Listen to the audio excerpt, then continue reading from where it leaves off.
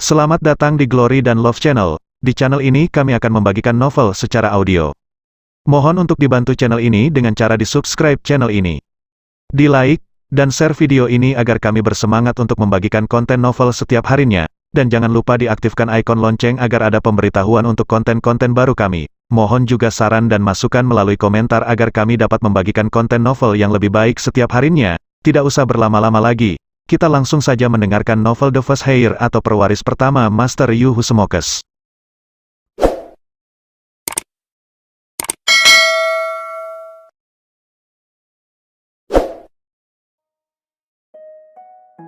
Bab 4937 sampai bab 4942. Kamu tidak usah melawan. Philip berteriak dengan suara rendah. Swoosh! Saat berikutnya, sebatang pohon anggur terbentang dari samping, menjebak Unsolvet Leopard dengan erat ke dinding. Si Zentian berjalan ke depan sambil tersenyum, paku tajam muncul di jari-jarinya seketika, dan mencakar keras ke arah leher Unsolvet Leopard. Gerakan si Zentian seolah-olah keras, sebenarnya gerakannya sangat lembut. Langkah ini hanya menyebabkan luka dangkal pada leher Unsolvet Leopard. Philip melambaikan tangannya, mengoleskan sedikit powder ke luka di lehernya. Unsolvet Leopard, lukamu tidak akan pernah sembuh. Nikmati perasaan menyakitkan darah di tubuhmu jatuh setetes demi setetes. Philip berbicara perlahan, terlihat seperti orang yang tidak memiliki emosi sama sekali. Mendengar kata-kata Philip, Unsolvet Leopard benar-benar putus asa. Dia tidak pernah bermimpi bahwa Philip akan begitu kejam. Unsolvet Leopard meratap kesakitan berharap Philip akan melepaskannya. Tetapi tidak peduli seberapa keras dia berteriak, itu tidak berguna. Philip dan kelompoknya segera menyelamatkan murid-murid yang masih hidup dan membawa mereka kembali ke akademi dengan cepat. Sekelompok murid yang diselamatkan langsung merasa sangat beruntung.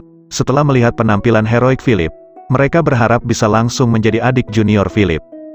Dermawan, terima kasih banyak. Jika bukan karena kamu, kami tidak akan memiliki kesempatan untuk bertahan hidup. Ya, jika bukan karena kamu, kami sudah lama mati. Terima kasih, dengan bantuanmu, mulai hari ini dan seterusnya, aku akan menjadi juniormu yang setia, aku akan menjadi pelayan untukmu. Semua murid mengungkapkan kesetiaan mereka kepada Philip. Mereka semua tahu di dalam hati mereka bahwa Philip adalah eksistensi yang sangat kuat, dia adalah bos di antara ketiga orang ini. Mereka berharap dengan menyanjung Philip, mereka bisa mendapatkan status. Setiap mereka telah lama di dunia kultivasi, mereka mengerti apa artinya memiliki backup yang kuat. Meskipun kekuatan mereka tidak cukup kuat, tetapi bisa didukung oleh orang-orang kuat setara dengan menjadi kuat. Philip tidak terlalu mengambil hati ucapan terima kasih mereka. Itu hanya sedikit usaha. Melihat Philip begitu acuh tak acuh, semua murid memilih untuk tetap diam. Mereka sadar bahwa Philip tidak bersedia menerima mereka sebagai adik junior. Akhirnya mereka tidak membuang waktu lagi, mereka pergi setelah mengucapkan beberapa kata terima kasih yang tulus kepada Philip. Melihat sekelompok murid bersiap untuk pergi, Philip tidak banyak bicara, timnya tidak punya ruang untuk orang-orang yang lemah. Kelompok murid ini dapat dengan mudah ditipu oleh Unsolvet Leopard, yang membuktikan bahwa kekuatan mereka tidak terlalu kuat, dan mereka tidak terlalu dewasa dalam pemikiran. Yang dibutuhkan Philip sekarang adalah rekan satu tim yang kuat untuk bergabung dengan timnya. Jika dia tidak cukup kuat, hanya akan menjadi beban di timnya. Oleh karena itu, Philip sama sekali tidak menyambut orang-orang seperti itu. Jika mereka memiliki kemampuan untuk tumbuh lebih kuat, maka Philip mungkin akan mempertimbangkan untuk menambahkan mereka ke dalam timnya, tetapi tidak untuk saat ini. Murid-murid ini membuat Fennel Lee sedikit tertunduk, memperhatikan punggung mereka dalam diam, tanpa sadar menggelengkan kepalanya. Jarang bagi si Zentian untuk melihat perubahan ekspresi di wajah Fennel Lee. Si Zentian bertanya dengan heran, saudara kita yang berwajah dingin seperti ingin mengucapkan sesuatu. Apa yang Anda pikirkan? Si Zentian bertanya dengan sangat ingin tahu. Dia tidak mengerti apa yang dipikirkan Fennel Lee. Mungkin dia merasa bahwa kelompok murid ini sangat menyedihkan. Orang-orang ini tidak memiliki banyak kesempatan. Kekuatan mereka juga lemah. Mereka hanya akan mengalami stagnasi seperti sekarang sepanjang hidup mereka. Fennel Lee dapat melihat bahwa orang-orang ini tidak akan memiliki masa depan yang cerah. Mereka hanya akan berkembang seperti saat ini seumur hidup mereka. Jika mereka beruntung, mereka dapat meningkatkan kekuatan, tetapi hanya akan dianggap sebagai orang kuat junior yang tidak mendominasi sama sekali. Keberuntungan mereka tidak baik, mereka pasti akan menghadapi masalah seperti hari ini lagi. Jika tidak ada yang menyelamatkan mereka saat itu, mereka hanya akan menemui jalan buntu.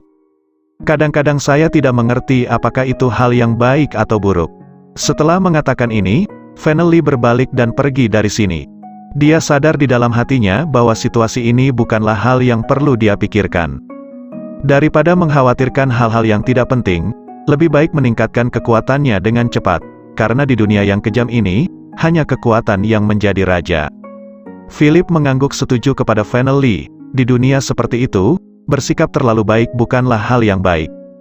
Segera setelah semua orang kembali ke villa, Philip merasa ada yang tidak beres.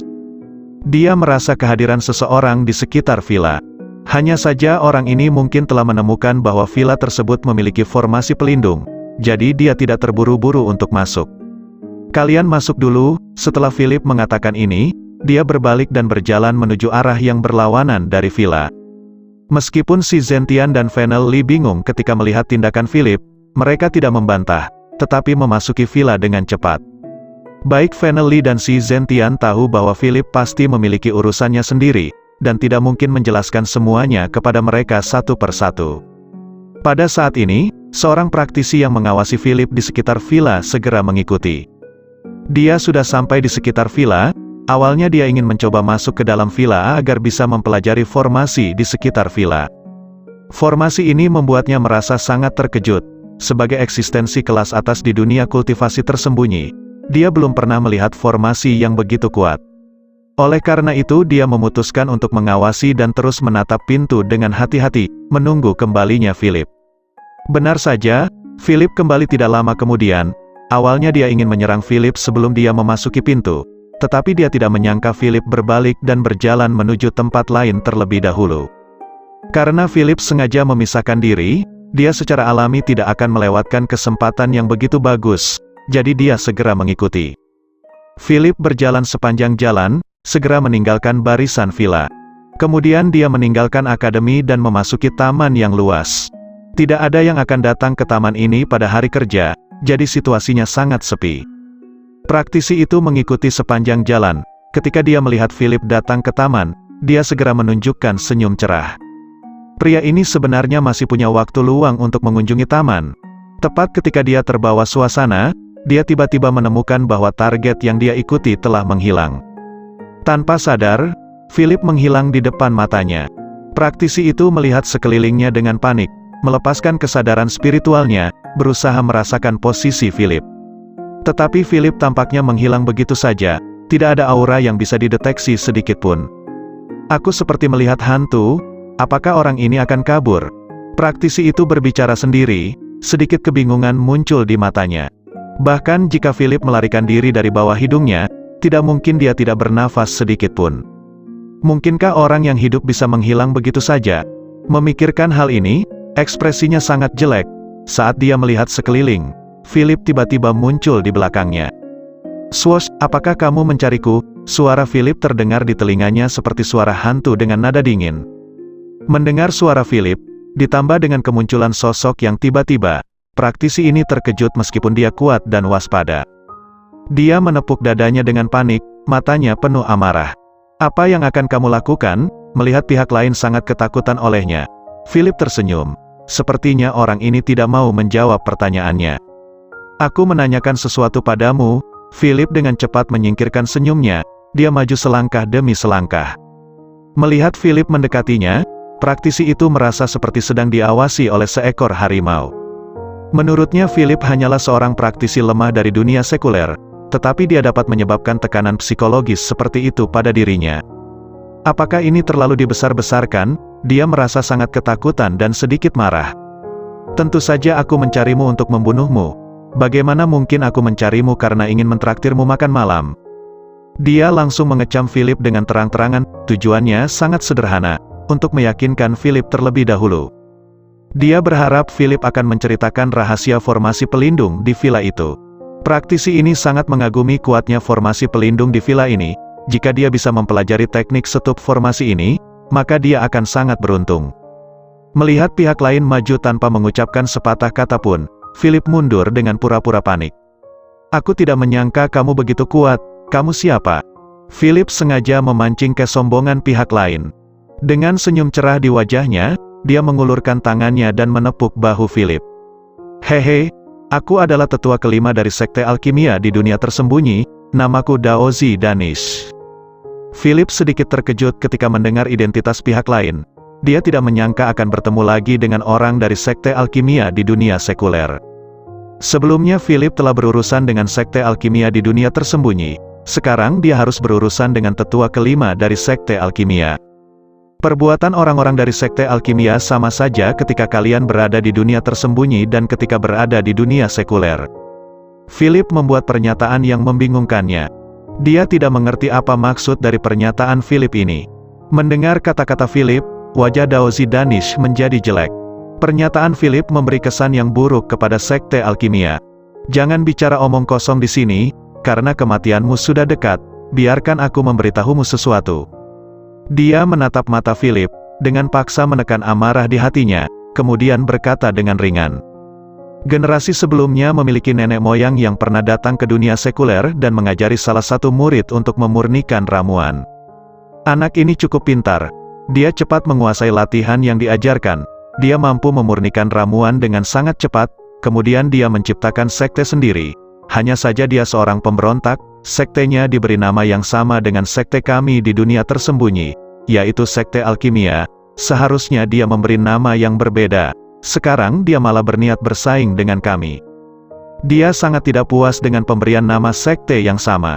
Awalnya mereka tidak mengetahuinya, tetapi ketika mereka sedang berkunjung ke dunia sekuler, secara tidak sengaja dia mengetahuinya. Perkembangan sekte alkimia di sini buruk. Hal ini benar-benar memalukan mereka.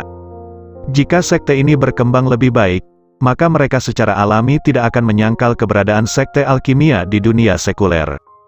Aku telah memberitahumu keadaan sekte alkimia yang sebenarnya. Sekarang saatnya kamu untuk mati. Daozi Danish tidak bisa menahan senyum cerah, mengulurkan tangannya dan berusaha memegang kepala Philip. Menurutnya, Philip hanyalah seorang praktisi biasa. Dia pasti tidak punya cara untuk melawan dirinya.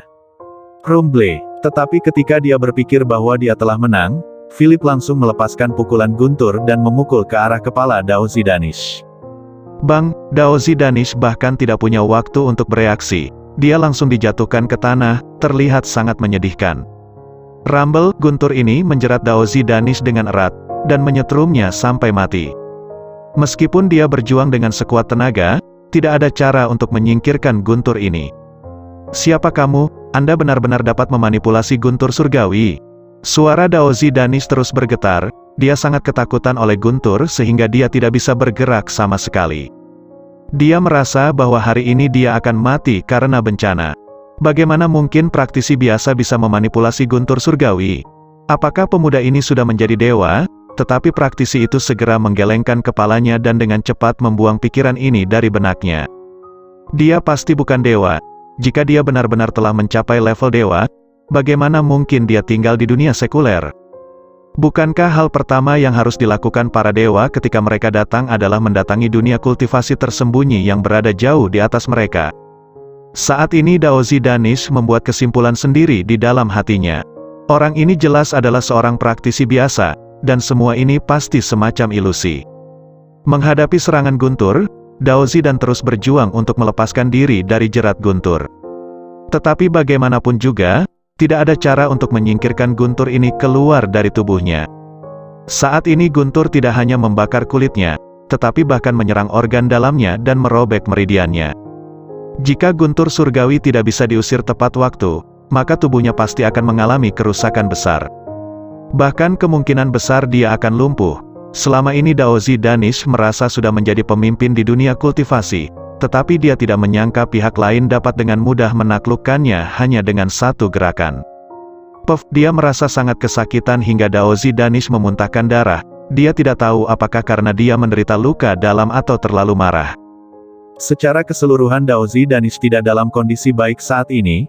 Dia ingin memohon belas kasihan, tapi dia sedikit malu. Philip hanya menatapnya dalam diam, menunggu pria ini berkompromi dengannya.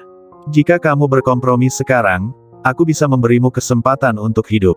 Melihat pihak lain tidak mau membuka mulutnya untuk waktu yang lama, Philip mau tidak mau berbicara lebih dulu.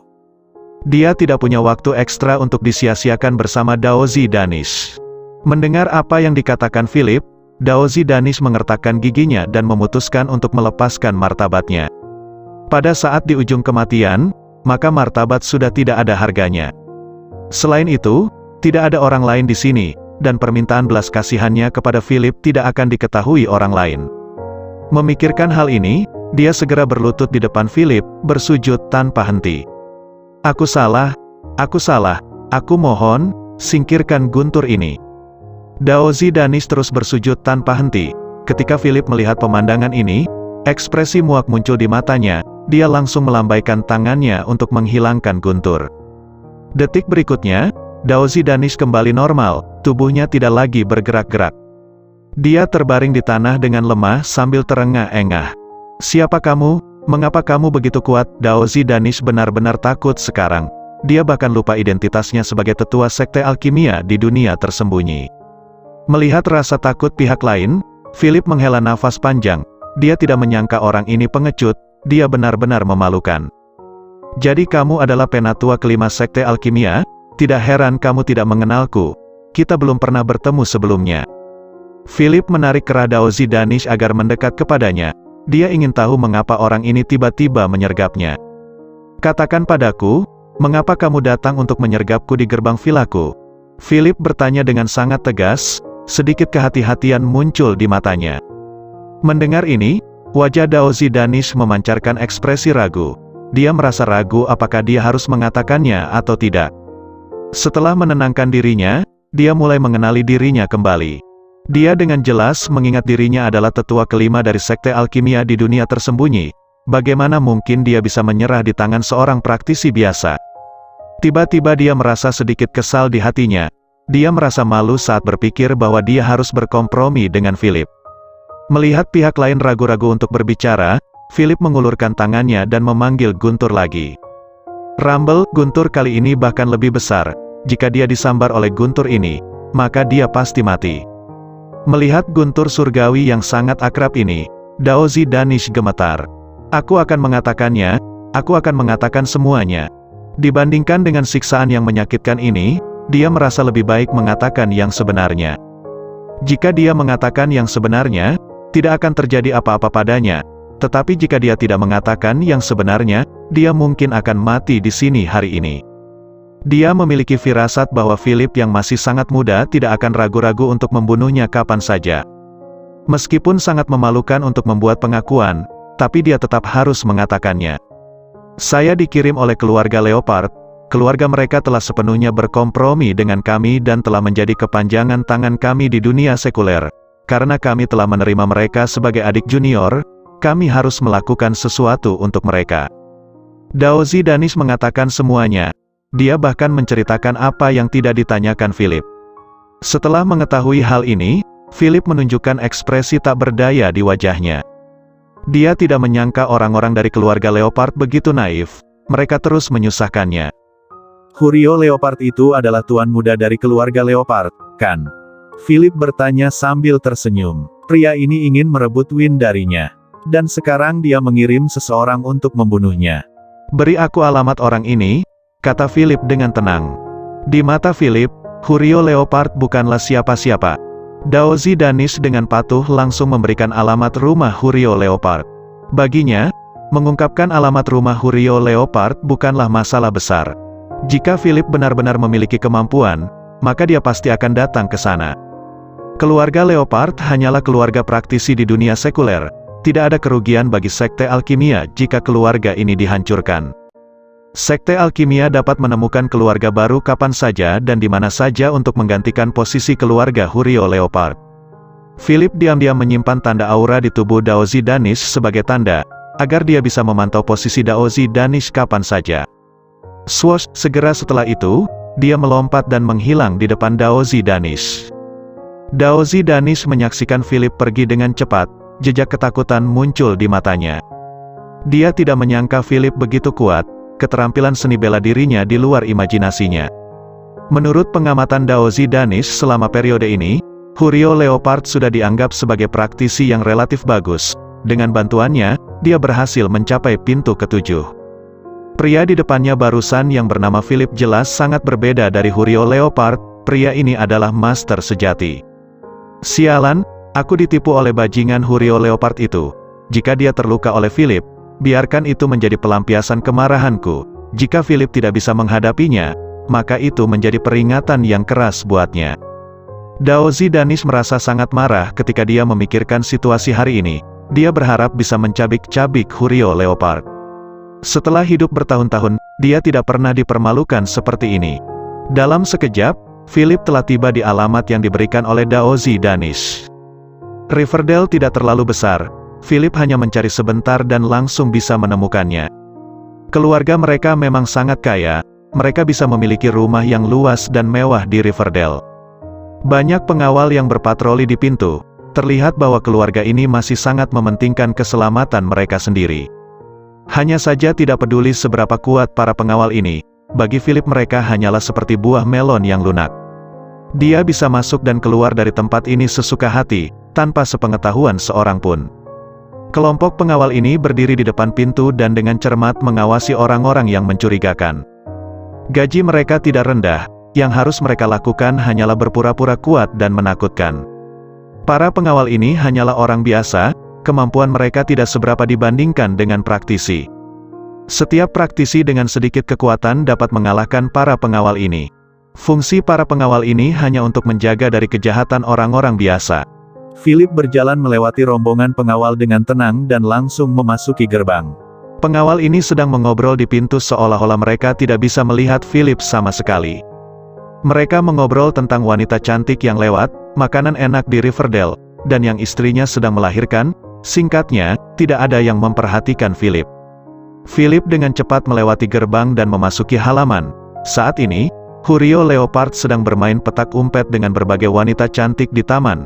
Sekarang ayahnya sedang pergi. Dia segera memanfaatkan kesempatan ini untuk bersenang-senang. Hei, cepat dan tangkap dia. Oh, kamu menangkapnya di tempat yang salah, jangan di sini. Terima kasih sudah mengunjungi G dan L Channel. Mohon untuk dibantu channel ini dengan cara di-subscribe channel ini, di-like, dan share video ini agar kami bersemangat untuk membagikan konten-konten novel setiap harinya. Jangan lupa diaktifkan ikon lonceng, agar ada pemberitahuan untuk video-video baru kami. Mohon juga saran dan masukan melalui komentar, agar kami dapat memberikan konten-konten novel lebih baik setiap harinya. Terima kasih.